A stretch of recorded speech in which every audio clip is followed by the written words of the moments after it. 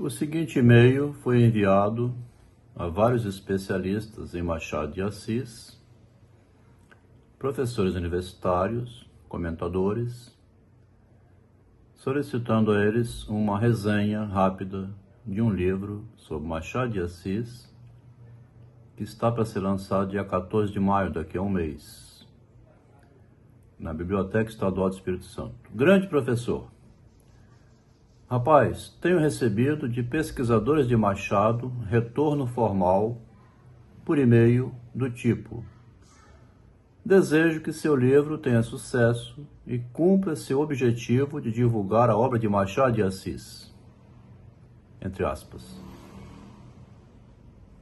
Para citar apenas um, sendo que a grande maioria sequer responde.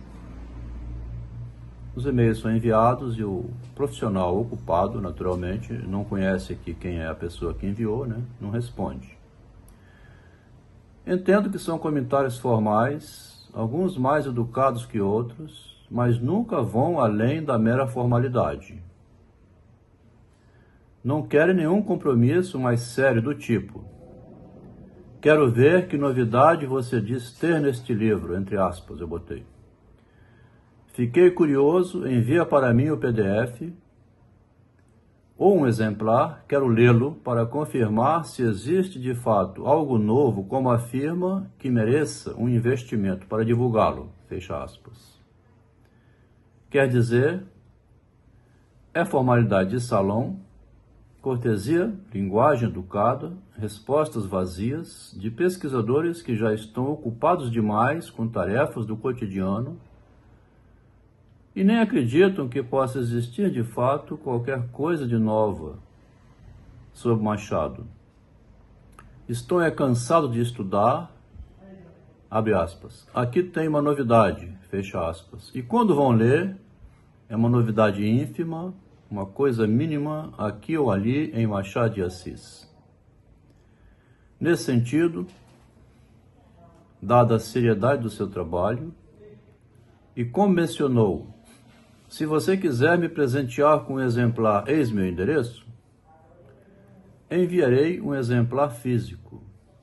Envio neste momento o PDF e seria precioso se de sua parte fosse feita uma resenha rápida, uma lauda, 3.000 a 3.500 caracteres, que não necessita ler o livro na íntegra, bastaria uma lida nas 10 primeiras páginas, que é um resumão, e uma passada d'olhos no restante do capítulo. Talvez, despertado pela curiosidade, viesse a ler o capítulo Sociedade Petalógica, Travessia do Rubicon, ou ainda Prometeu no Cáucaso, ou também Caiporismo, 4 capítulos fundamentais do livro. Esta resenha está sendo aguardada por um jornalista de renome da cidade, que a divulgará nos meios de comunicação, obviamente com o nome e o currículo do autor da resenha. Quer dizer, convido o autor a fazer uma resenha que o nome dele aparece resenhando o livro, né? É um artigo que vai sair. Quer dizer, isso seria um estímulo para a pessoa escrever a resenha. Se pudesse estar em Vitória no dia do lançamento, seria não somente uma honra, como também uma grande surpresa para a Academia Espírito Santense de Letras. Compreende-se, não é a todo instante que surge uma novidade tão contundente no meio literário, mas ainda no que diz respeito a Machado de Assis. Agradeço pela atenção. Um professor bastante renomado, muito ocupado, idoso, maduro, um homem já com 72 anos de idade, escreveu: prezado Adelmo, percebo no seu e-mail uma decepção em relação a estudiosos de Machado, que te responderam apenas com formalidades e boa educação, talvez por não terem tempo devido a muitos compromissos. Posso te dizer que a vida acadêmica está cada vez mais exigindo de nós, mais e mais. Eu, por exemplo, estou com a mesa cheia de trabalho. Um artigo sobre o Mário de Andrade e outro no Teatro do Modernismo, que está na metade, para a revista do Instituto de Estudos Brasileiros da USP. Um artigo sobre Arthur Azevedo e a opereta, que está na fase de leituras e fichamentos. Uma banca de titular na Unicamp para 2 de maio. Leitura dos capítulos de uma dissertação de uma orientanda minha que deve entregá-la até o final de maio. Uma palestra para início de junho que devo preparar para alunos de um colega da área de literatura brasileira sobre a crítica teatral de Antônio de Alcântara Machado. Como por razões médicas vou fazer 72 anos em junho, devo fazer pilates, caminhadas e musculação pelas manhãs, só estou trabalhando à tarde, mais ou menos das 14 às 18. Por isso, tenho recusado muitos convites para escrever textos e dar curso, etc. Então ele justificou, é um senhor ocupado, né, bastante experiente, né, não se vai desprezar o conhecimento de uma pessoa nessa posição, né? Ninguém vai duvidar aqui, nem, não é esse o caso. E ele apresentou essas credenciais justificando. Mesmo assim, resolvi ler alguns capítulos do seu livro no final de semana. Percebi de imediato que não tenho competência para fazer uma resenha do livro. Por uma razão muito simples. Não domino o seu instrumental teórico, apoiado em Freud, Lacan, Jung e outros. Minha formação é em literatura com visada histórica e sociológica. Não sei avaliar a pertinência das suas considerações críticas. Vou dar um exemplo concreto. Você faz uma leitura do capítulo O Menino é Pai do Homem, completamente diferente da minha. Eu levo em conta o contexto social e histórico da época e vejo no capítulo uma ironia muito grande em relação às correntes cientificistas da época, em particular o determinismo. O capítulo justifica a mediocridade do personagem Brás. Para mim, é a maneira descoberta pelo insidioso narrador para se desculpar de ter sido o homem que foi. Você vai pelo caminho da psicanálise, que não domino. O texto é bem claro que eu enviei, né? A criança se forma, como diz o Freud, o Machado, o menino é pai do homem, né? O ato do menino será repetido pelo adulto. Discordo dos seus argumentos quanto à explicação da obra de Machado por meio de sua vida, que não seria então autobiográfica. A certa altura você afirma a vaidade, o narcisismo, constitui-se principal chave de leitura da obra de Machado, que irá exibir seus pensamentos por meio dos personagens que cria. Aprendi nos livros de teoria da literatura que não podemos confundir narrador e autor. Os pensamentos de Brás Cubas não podem ser os de Machado. Porém, além disso, neste capítulo, Analítica da Vaidade, seria importante ter citado as fontes de Machado para dar referência à vaidade. O Eclesiastes, os Moralistas Franceses e o livro Reflexões sobre a Vaidade dos Homens, de Matias Aires. Diálogo com tais obras enriqueceria suas considerações críticas.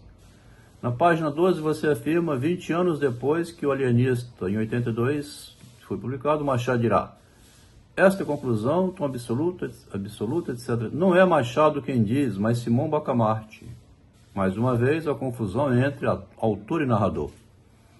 A crítica, então, é que haveria um narrador diferente do autor. É como se um amigo do Machado fosse o Simão Bacamarte, ou um alienista qualquer, que tivesse escrito o livro, ou narrado para o Machado, aquela história, e o Machado publicado. Quer dizer, não seria nada ficção, seriam relatos reais que o Machado aproveitou da boca de alguém e publicou. Quando nós sabemos que o Alienista é uma ficção do Machado de Assis criada pelo próprio autor, né? Simão Bacamarte é um personagem criado pelo Machado. É uma criação do Machado. Também não concordo com a sua interpretação da carta de Quintino a Machado. Não se trata de elogio, mas de crítica a Machado, que foi muito elegante ao incluí-la no seu volume Teatro de 63. Então, na opinião desse professor, o Machado incluiu a crítica de Quintino na obra dele. Eu estou aproveitando para incluir a crítica que este autor faz ao meu livro. Está dentro da ética, não está? Quer dizer, o Machado publicou um documento crítico que foi falado em privado, que ele pediu ao Quintino para escrever, o Quintino escreveu e ele publicou. Porque tendo escrito, não pode dizer que não disse. O capítulo sobre a petalógica é um levantamento de todas as vezes em que Machado cita ou utiliza a forma peta. Se o objetivo é apenas mostrar a recorrência, parece-me pouco. A leitura fica cansativa com excesso de transcrição de trechos de Machado. Ao final, 7 linhas fecham o capítulo sem uma reflexão sobre o porquê de Machado citar tanto a petalógica e a palavra peta. Aqui você bateu na trave, citando o livro de Alcides Maia sobre o humorismo em Machado. Era preciso aprofundar a reflexão. Lendo os outros capítulos, percebi que seu método é perceber um conceito, entre aspas, buscá-lo nos contos, romances, crônicas e citá-los a exaustão. É um critério, né? Uma vez que o autor repete insistentemente em todos os lugares aqueles conceitos, que ele botou aqui entre aspas, né, o resenhador, se ele repete, é um sintoma de que está querendo apontar alguma coisa, que é onde o Machado se garante, né? Ao final do livro, falta uma conclusão, um ensaio para amarrar todas as pontas que se encontram nos capítulos. Fora essa, a minha impressão é que você conhece bem toda a obra de Machado. Como prova, o excesso de citações. Talvez isso seja implicância minha. Mas como estou acostumado a fazer trabalhos acadêmicos, e as citações devem ser feitas com parcimônia e absoluta necessidade para que não atrapalhem as considerações críticas que fazemos sobre um autor ou uma obra. Aqui ele se refere ao seguinte: normalmente o crítico ou o escritor, ele pega só um pedacinho. Eu preferi botar um trecho longo, porque é comum também, em recortes políticos, assim, como o Bolsonaro, o Lula, você pegar só uma frase no meio para deturpar o que está sendo dito. Quando você põe uma fala inteira, você dá o contexto que foi falado. E é mais honesto. Você não cria só aquele recortezinho de uma linha que te interessa, né? Mas é um comentário que o autor fez.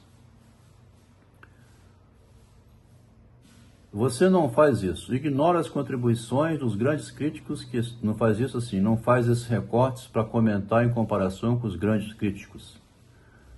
Você não faz esses recortes, ignora as contribuições dos grandes críticos que estudaram Machado de Assis, como Augusto Maia, Magalhães Júnior, Jean-Michel Massa, Alfredo Bozzi, John Gladson, Robert Schwartz, entre outros. É claro que eu não faço nenhum comentário em relação a eles, porque nenhum deles viu o que eu vi. Eles não têm nenhum material, não há bibliografia sobre Machado de Assis, nenhuma bibliografia que explora a obra de Machado como foi explorada neste livro.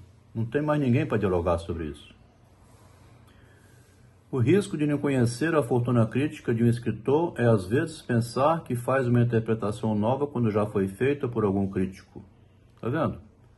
Nenhum deles recolheu os conceitos espalhados na obra para publicar um livro à parte, né? Então não tem com quem dialogar. Este e-mail já está longo demais. O que eu queria mesmo te dizer é que seu livro precisa de um leitor que tenha familiaridade com a psicanálise.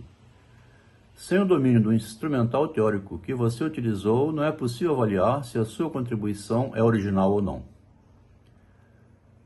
Então, concluindo aqui a leitura do e-mail enviado e da resposta que chegou, estou fazendo essa gravação em vídeo, porque é interessante o comentário do professor, do ponto de vista assim, dentro da academia há todo um rigor formal que obriga a uma leitura na comparação com a fortuna crítica, onde, se você está lançando alguma coisa que nenhum desses membros da fortuna crítica escreveu daquela maneira, você fica sem ter com quem dialogar. E se você então traz uma novidade assim, desamparado de outros críticos, até isso é combatido, porque você tinha que ter procurado aquilo que não existe. Seja como for, fica esse registro em vídeo de que o lançamento acontecerá agora dia 14 de maio, 19 horas, na Biblioteca Pública do Espírito Santo.